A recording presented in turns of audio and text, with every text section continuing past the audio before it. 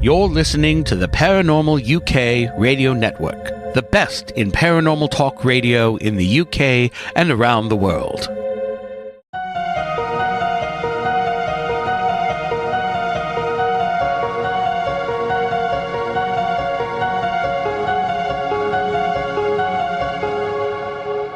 Welcome to the Afterlife Files, where we investigate what we know about near-death experiences and how they affect us.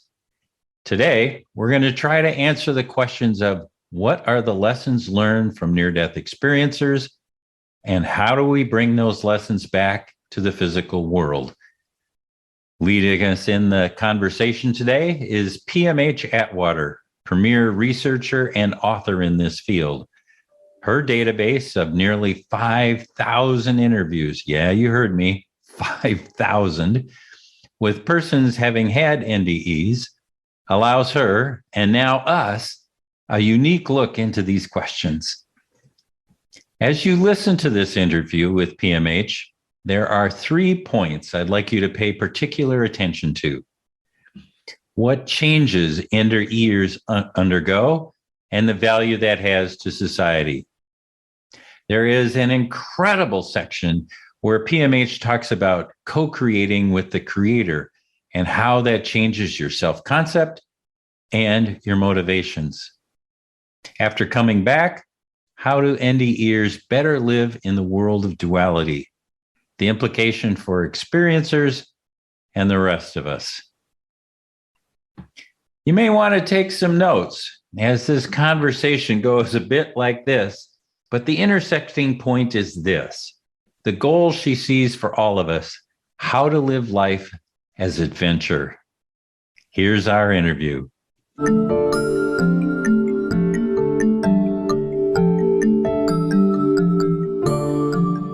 Hi, everybody, to this first edition of the Afterlife Files. We are so blessed today to have with us PMH Atwater.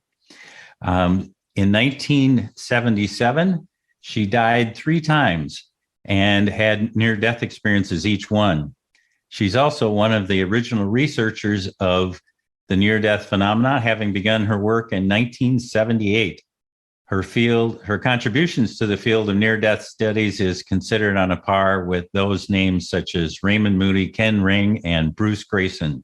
She has written 18 books detailing her NDE research finding. She's written about common elements, after effects, adult, children NDEs, the transformation of consciousness, how we can develop ourselves as human beings. Her book, the big book of near-death experiences, hang on, I got a copy right here. Copy? Yes. This book, in my opinion, for all of you who are beginning your studies of NDEs, is the best comprehensive book out there. There is no second place. So that's the one you want to pick up. She is an active and vivacious speaker. That's all the professional stuff. On the personal side, PMH, one of her books led me to discover that I had a shared near-death experience. So she has a very fond place in my heart because of that. And when I was doing my research at the University of St. Thomas, I came down and PMH was gracious enough to counsel me on how to interview people that have had near-death experiences to do it effectively and really get the best information. She has been a tireless advocate for the International Association for Near-Death Studies. She has been a longtime friend. So welcome, PMH. We are so glad you are with us. Well, I'm glad to be here. It's good to be here. Yay.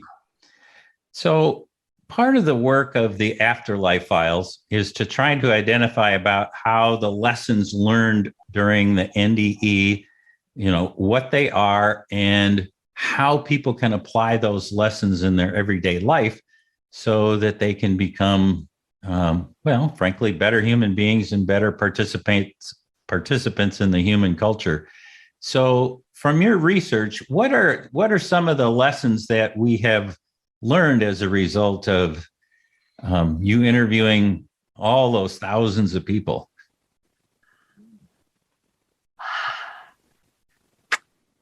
Number one, give them time. Not going to happen right away. Being able to do better in the world. It's not going to happen right away, although they may think they are. Okay. But they're not, because the after effects are broad and lengthy, and there's lots of them, and they catch you unawares. It takes you a time to deal with them. Mm-hmm. So once you've got it in a way that you can handle your after effects better, then wow, are you able to contribute in a big way to society? Mm-hmm. But until you get to that point, it's kind of iffy. It's kind of up and down, up and down. Yeah, it takes a while. So what does that mean? It takes a while. Are we talking days, weeks, years, decades? Years. It takes 7 to 10 years to integrate near-death experience for an adult. For a child, 20 to 40 years. Oh my, that's a really long time. Well, children don't integrate. They compensate. Sure, I suppose, because they don't have anything to compare it to. It takes a long time for them to recognize that they have after effects and they need to deal with them, instead of running to the closest psychologist, or instead of feeling bad, or instead of feeling like, ooh, they just can't make it with mom and dad, society, boyfriends, marriage. It takes a while for them to sort of catch on and realize, oh, wait a minute here. There's something else going on besides what I think is going on. And that's one of the reasons why I wrote The Forever Angels. We've got that major study of children, and it shows clearly what the differences are with children, especially from birth to age 5. So it takes those incredibly gifted kids quite a while to really sort of put it together and have something that they can deal with, and they know that they can deal with it. And I'm not saying, that they're completely mixed up, because they don't think they're mixed up. They think the world is mixed up. So it takes a while for them to put 2 and 2 together and get 4. And that's true of any experiencer. Usually what I advise all experiencers to do, first thing, is to relearn how to think and relearn how to speak. That's interesting. Right. Those are number 1 and number 2 first, because you've been to a different place, really totally different, that does not match the house where you live, the bed that you sleep in, the job that you have, the car that you drive. You've been to a place, if you want to call it that, that for the most part has no doors, no windows, no ceiling, no floor. I mean, it's not on planet Earth that we know of. It's a different dimension. It's a different way of being in the world, if indeed you are in a world. I mean, we can't even define that. So when you're back again, when you're wide awake, if you will, fully recovered, if you will, then all of a sudden, you're not able to use the kind of words you did before that anybody can understand. You're not able to think in the same way that you did before. All of a sudden, there's a new world here, and there's a new way of living in the world. I mean, you're very intuitive. I mean, it doesn't matter if you were psychic before, you become psychic after. If you were psychic before, you become very psychic after. So, and intuitive. And if we just focus on the intuitive part, can you imagine how valuable that would be in a business? Can you imagine how valuable that would be in the classroom, where you are now able to have this sense or this feeling of what your student is really saying, and how you can then alter your words and the way you come across, so that student could catch on better, or could better understand what you're trying to say. So even, the boardroom, the classroom, anywhere you wind up on Earth, what we normally take for granted, all of a sudden you fit, but you fit in a very different way. Yep. So can we say that the near-death experience kind of rewires how we think and rewires how we speak? And then when we come back to the physical world, we're operating with another language, almost like we just went and learned a new language, and now we're trying to make that work. And that's exactly it. Okay. That's exactly it. So once you can put that together, are you ever valuable? I mean, whoa. So what do people do to get it together? What have you seen people do that helps them to incorporate this new knowledge, this new language? So they usually crash first. They do. I'm so sorry. I mean, don't be sorry. That's part of the process. Yeah. It's coming to realize that you're different. And the ways people are different depends on the different people. Of course. Some of them it's easy. Some of them it's difficult. Some of them it's wild. So it's going to be very different depending on the individual. But once they can have a better sense of what they've gone through, and how they might be able to better work with or be around others. Once they make that click, once that begins to make sense, then you've got an individual that not only can apply themselves in any situation, but you've got an individual that will be able to alter and change according to who they're with, where they are, and what they're doing. I'm struck by what you said, where that here in the physical world, we can choose to operate with the rules of the non-physical world, meaning some of the things that the kids learned over there, and adults too, they can incorporate in their lives today. Blended. Good word. Very good word. Like a mix master, but you're blending. Yeah. Blend it all. I know that in prior talks that we've had, you said that one of the lessons that near-death experiencers learn is that we are co-creators with the Creator. Absolute fact. And that seems to be on the theme here about how near-death experiencers can make their lives fuller and richer because of what they know from there and how to operate in this world. So what does that mean to be a co-creator for those who are uninitiated? How do I describe that? For me, what I have seen and in my own life, it means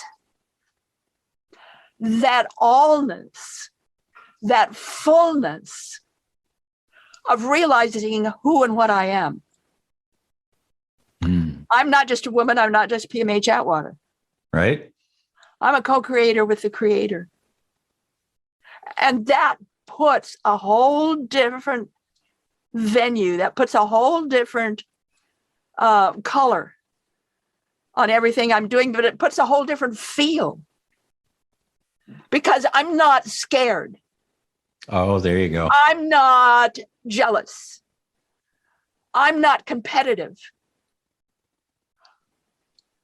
I'm flowing with what I know to be true.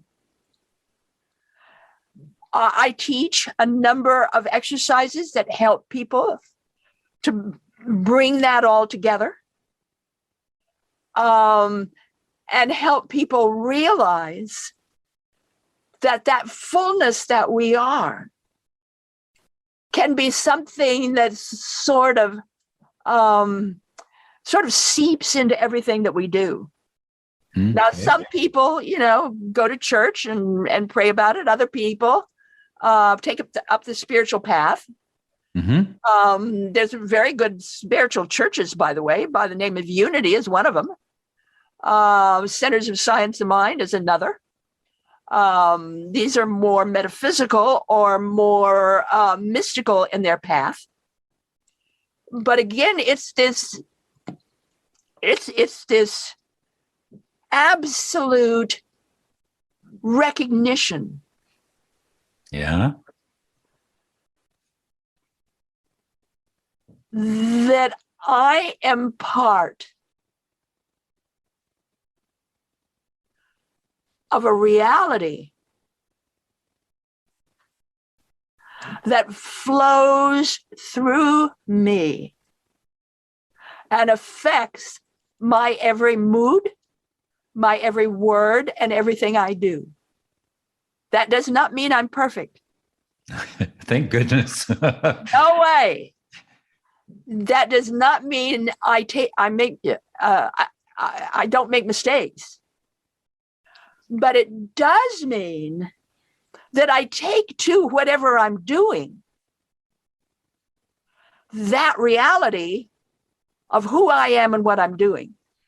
When people talk about when they leave their physical bodies, they enter into this non-physical universe where everything is connected to everything else. It's a unity universe, which would explain why you would talk to your food. Flows. I guess I shouldn't talk about myself too much. No, I think that's scare people. this is the interesting part. I've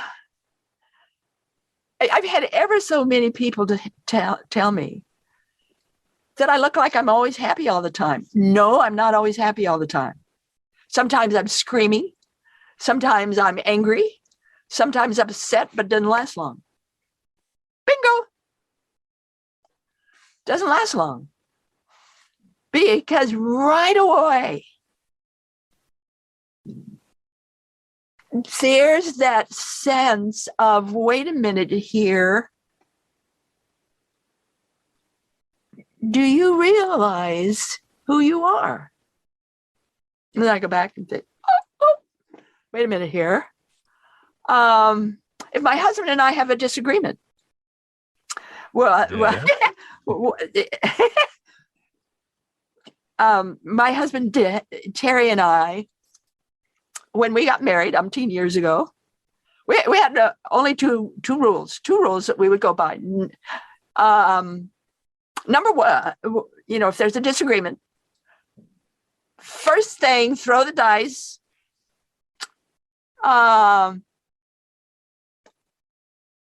1 of 3.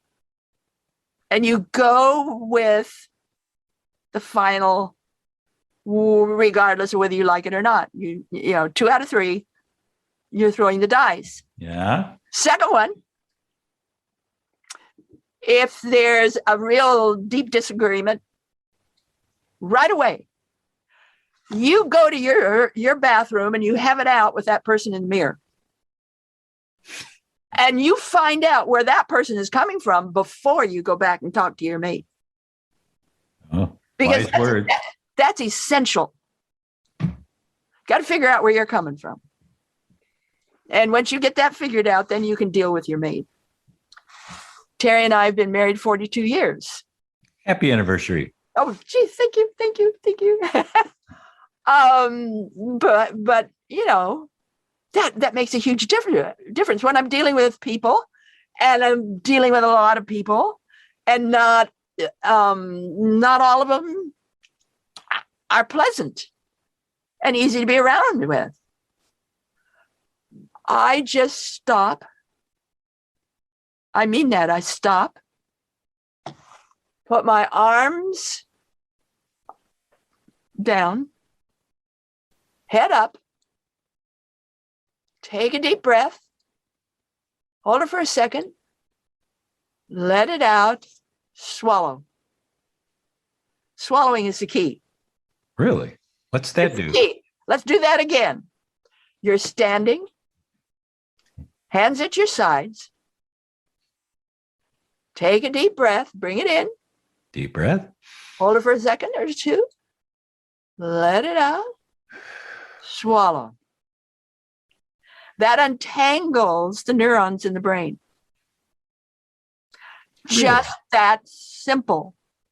And then you can start to think clear. Interesting. I'd never heard that before. Always honor the self. The body that you're wearing is your vehicle in this lifetime. Mm-hmm. It is your precious gift. So honor this body. Take good care of it. But honor what you can do with this body. And you want to do it with love and joy and fun and respect. Yeah. And you get that by untangling those neurons. And it's just that simple. It's not difficult.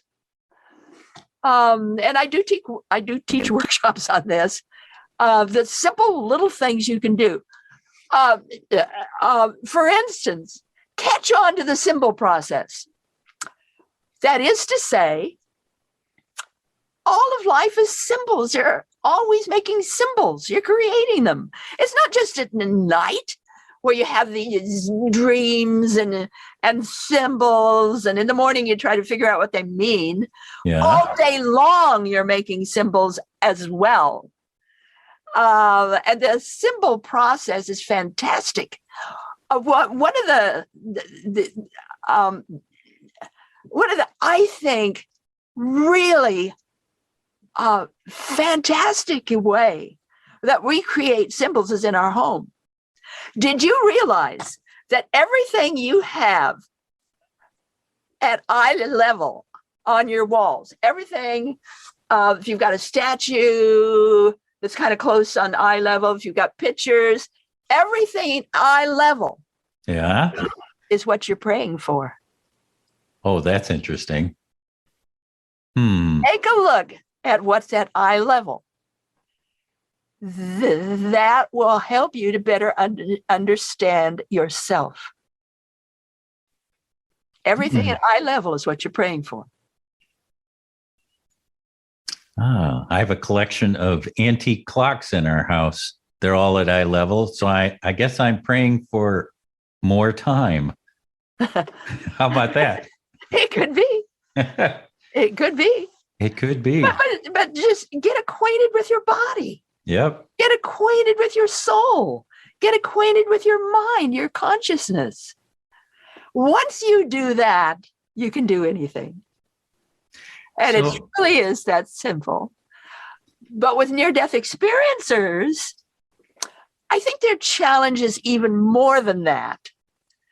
Because they have all these things that happen right at once afterward. You know, whether you've met loved ones that have died and gone on before, or your favorite pet. By the way, animals are a lot in these experiences, especially birds. People are met by birds. They're met by pets that have gone on. Yep. So you've had this experience, or maybe you've gone to another level or another realm Maybe you see and realize yourself in a very different light. Maybe you come to realize that you've lived before in other places, in other time frames. You are suddenly filled with a far broader, bigger way of looking at the world. That certainly would change your self-concept. Indeed. And it changes what you now know you can do and be. And that confuses many. So they'll head for some kind of psychologist or therapist who is trained in working with near-death experiencers.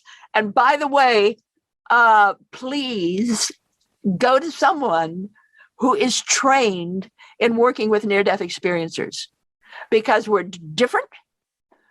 We see the world through different eyes. Yes, we do. And we're looking in different ways. And you don't want, if you'll pardon the phrase, a run-of-the-mill psychiatrist. You want someone who knows what they're talking about, what you're talking about. Because I can imagine you'd wind up with a diagnosis that and drugs and all kinds of things that aren't appropriate to this awakening that you've had as a NDE. Well, that's a big one when we're talking about when we're talking about medicine, when we're talking about vitamins and minerals and that kind of thing, and needing to realize that the average near-death experiencer can no longer handle most medicines. So instead, they're just too sensitive. They go to osteopaths, or they go to those people who are trained in natural medicines. And they thrive with that. But the average drugs, they can't handle them. 60% in my research base, nearly 5,000 adults and children, over 60% have electrical sensitivity. That's big in our society. So know that right away. Most of them are no longer able to wear watches. If they want to wear a watch, I say solar powered batteries make a big difference if you want to wear a watch. Know about electrical sensitivity with your computer, with your car, with your television set. Makes a huge difference. One of the interviews I watched, I had to chuckle because you blew out all the studio lighting. Oh, yes, I did. You sat down and it took them forever to get it fixed. And you were very gracious about it, but this is a real thing. This electrical sensitivity. It's a real thing. It really is. And I remember that meeting that we had, INs in Honolulu, Hawaii. And Bruce Grayson was giving this very big talk. And unfortunately, I was sitting too close to the recording equipment. And it was an important talk. And when he was all through, the tape was blank. Oh, no, really? And he was so upset. And he says, from now on, you sit back by the doors. But, you know, not everybody has it to the extent that I do, fortunately, but some do. So know about that. Know about the fact that your body, physical, has altered as well as your mind. Yeah, so there's physiological and psychological after effects here. Mm-hmm.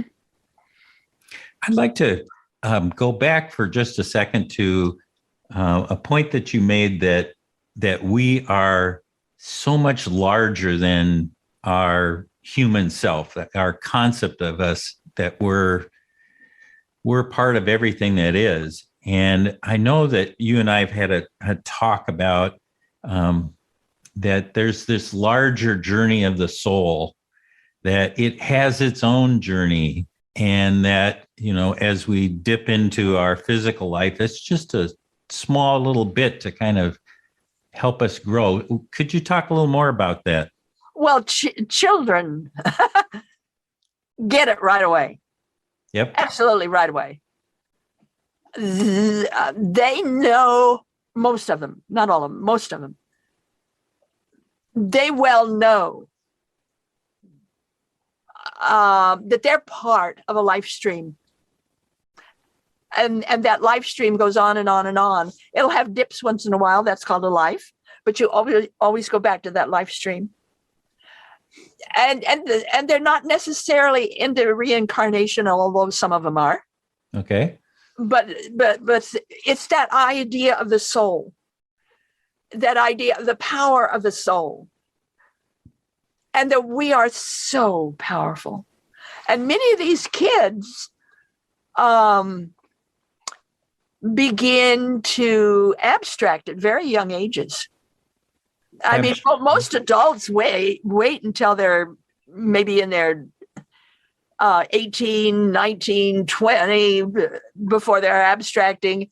Most of these little kids are abstracting by the first grade, and they go through learning reversals. So they come in very, very differently. And an average adult, they too increase intellect. Oh. The average adult comes back smarter than they were before. They might be a little mixed up in how they handle this, but they're smarter than they were before. That makes a huge difference on the job and what they're doing, because they're more valuable. Sure. They can figure things out quicker. They can put things together quicker. They can figure out things better because they've got it. They got it. It's just there, whether it's through intuition, whether it's through psychic, or whether it's the fact that the brain has altered somewhat. We know now in the typical near-death experience, we know that there is a change in brain function. We know that there's a change in the nervous system. We know that there's a change in digestion and skin sensitivity. We know that. We know that medically. Okay. So, to what extent we're still working on that and proving that or dealing with that. But we know that there's a difference. I would say that the average near-death experiencer comes back smarter, maybe mixed up for a while. I could see where it would take, get it together. Yeah, I could see where it would take a while for you to get used to new knowledge, and the after effects, the sensitivity, the digestion. It's like you just stepped into a new you body.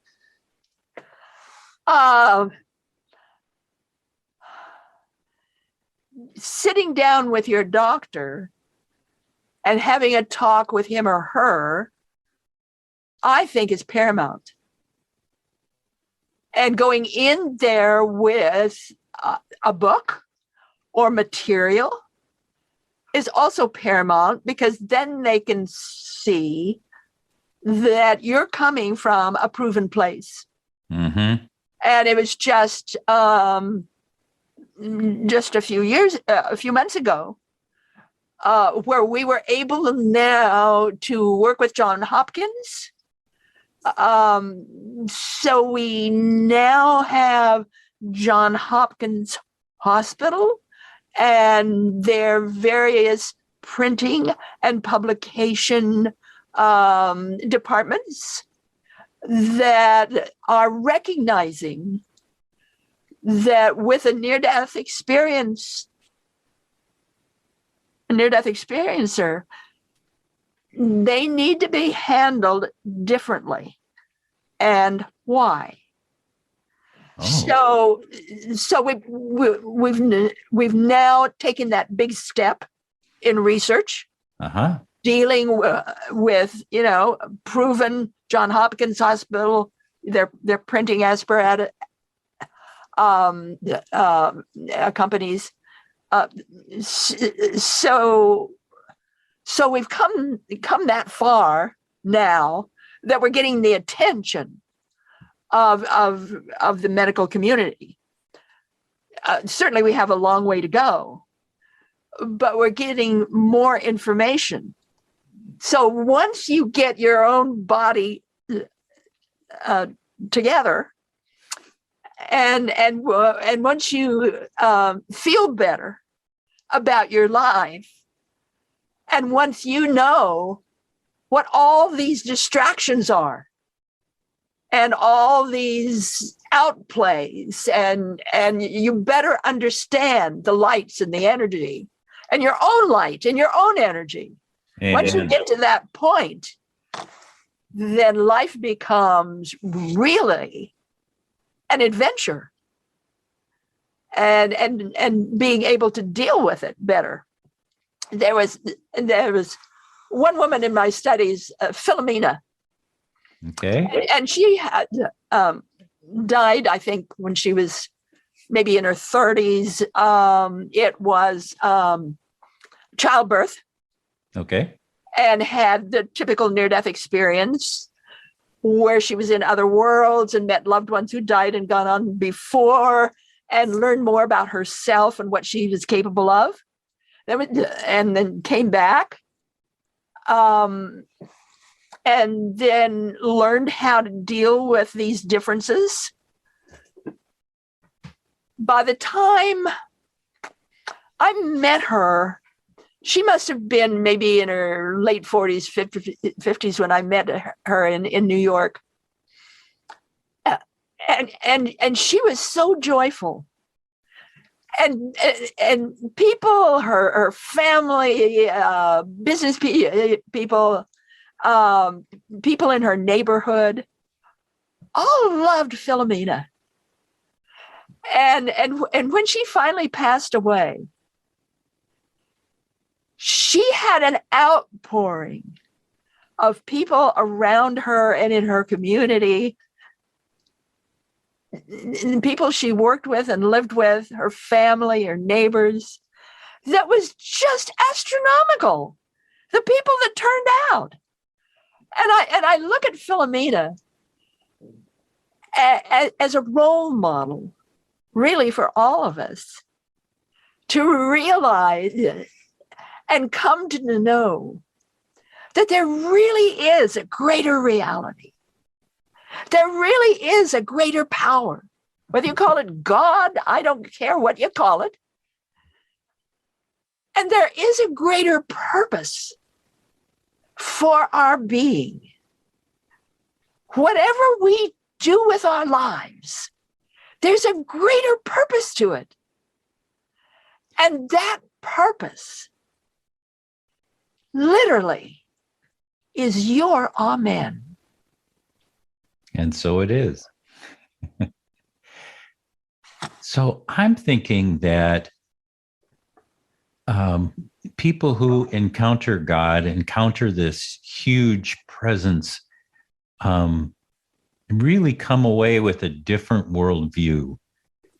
Can you talk a little bit more about stories that you've had where this really made a difference in people's lives? Well, you can look at me. Oh, I'd be delighted. I was raped, became pregnant, and miscarried. And that was all of my near-death experiences came from that miscarriage. Death number 1 was January 2. Death number 2 was January 4. Death number 3 was March 29. And later that year, I had 3 major relapses. one of which was adrenal failure. Ouch. So I had to learn how to crawl, how to stand, how to walk, how to climb stairs, the difference between left and right, see properly, hear properly, and rebuild all my belief systems. There for a while, the only thing I could say was God is, and I would just say it over and over and over again. It kept me alive. It kept me here. And in my third near-death experience, I was told by a voice, I call it the voice like none other, because I don't know what else to call it. Mm-hmm. It wasn't an angel. It wasn't an archangel. It wasn't the kind of voices most people describe. It was bigger than that. It was like the whole universe had a voice. Wow. And that voice said, test revelation. Because this was my job. And I had no question. This is my job, to test revelation. And did the voice like no other stay with you? Is it with you today? Yes. Does it still guide you? That voice showed me how to do future memory. By the way, it's not a book, it's a labyrinth. Every sentence, every paragraph, every page is part of the math I was taught to make that into a labyrinth. It's just like a land labyrinth. When you open up that book, it's like walking into the mouth of the labyrinth, and it is a real labyrinth. And the purpose of the book is to bring your consciousness up to the next highest level possible for you at that time. A manual for developing humans. Well, hey, hundreds and hundreds of years ago, the word Hugh meant God. So human was God man, God woman. And whoever learns to be God when you're in the first grade or kindergarten or, we don't learn what we are. God man, God woman. We are here to be co-creators with the Creator. And so that book begins with teaching you how to talk, teaching you how to think. I knew you were going to say that. That's the purpose of the book. And it has some thought forms in it that I did myself. But that book then enables you to realize and to see who you are and how to be who you are, how to fulfill your purpose and being in this lifetime. Your purpose and being is to be a co-creator with the Creator. You have no other purpose, really. To be that fullness of yourself. That's what it is, to be that fullness of yourself. No matter what you're doing it fully. And boy, I think that's a wonderful spot for us to end. To be full. Oh, I think that the word joy kept coming up throughout our whole interview today about how people become, as they enter into their fullness, they are joyful. And you are certainly that, PMH. Thank you so much. You will always be remembered as joyful. Thank you. And last chance, would you please tell folks where they can keep up with you and find you? Okay, my website, www.pmhatwater.com. Don't forget on the homepage, NDE after effects. If you're You want to know more about the after effects? I do produce a blog. I do produce a newsletter. Once again, you simply get it get on my website. You go to newsletter. There is an archive. You can go through it and see, whether or not it applies to you, or you would even want it, because I say to everyone, my newsletter is only for the curious. And it's an incredible newsletter. I highly recommend it for those of you who are interested at all in things NDE and how to be joyful in this life and curious. Thanks, everyone, for joining us today. Thank you, PMH. You are a wonder, and we just love you to death.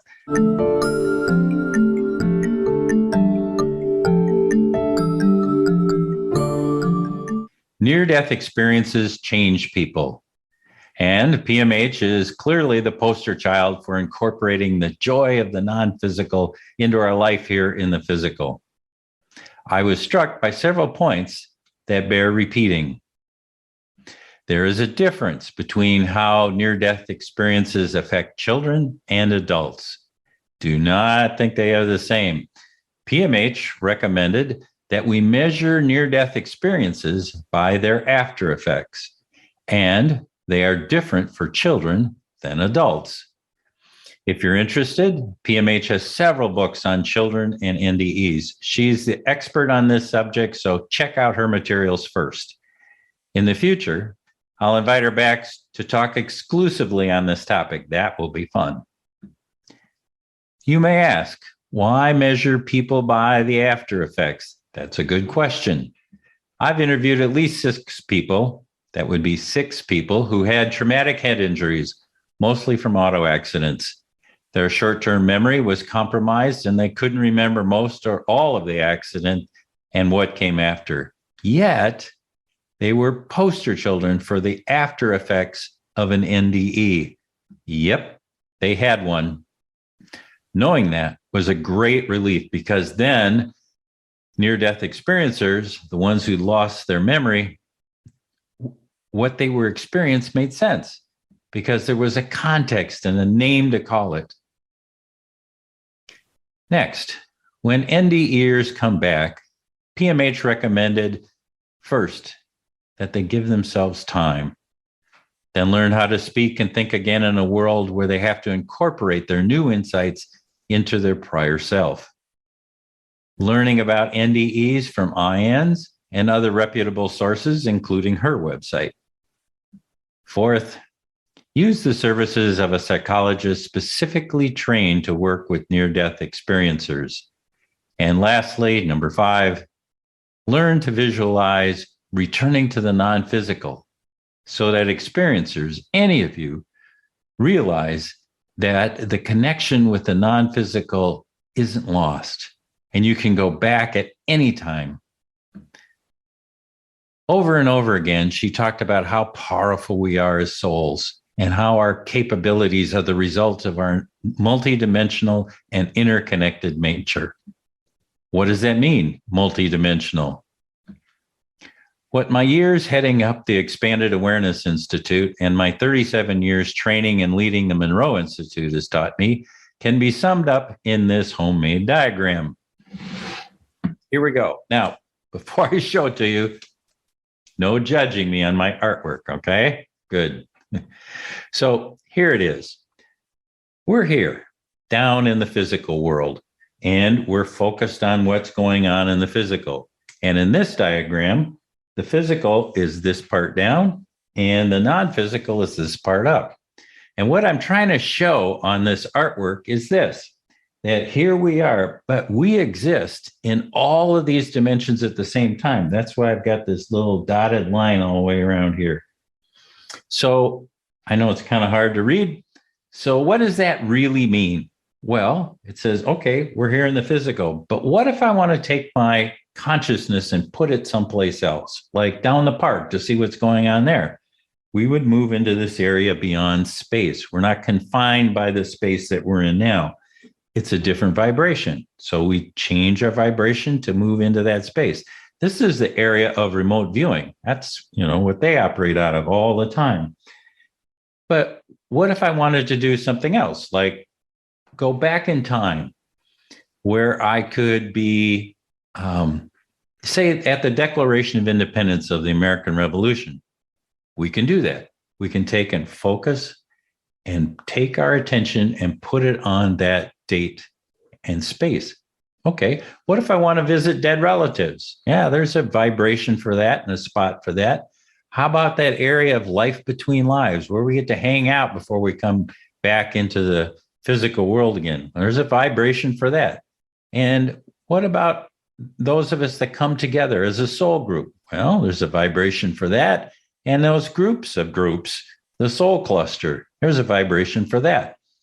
So what this means is that we have the ability to, right now, we're focusing here in the physical world, but I can take and change the focus of my consciousness, and I can put it into a different space, a different time. You get it. So this is what it's like to be multidimensional, that we exist in all spaces and all dimensions all the time, but we can take and then focus our attention, focus our consciousness on any one of these levels, and that's how we move. That's what it means to be multidimensional. And that's it for today.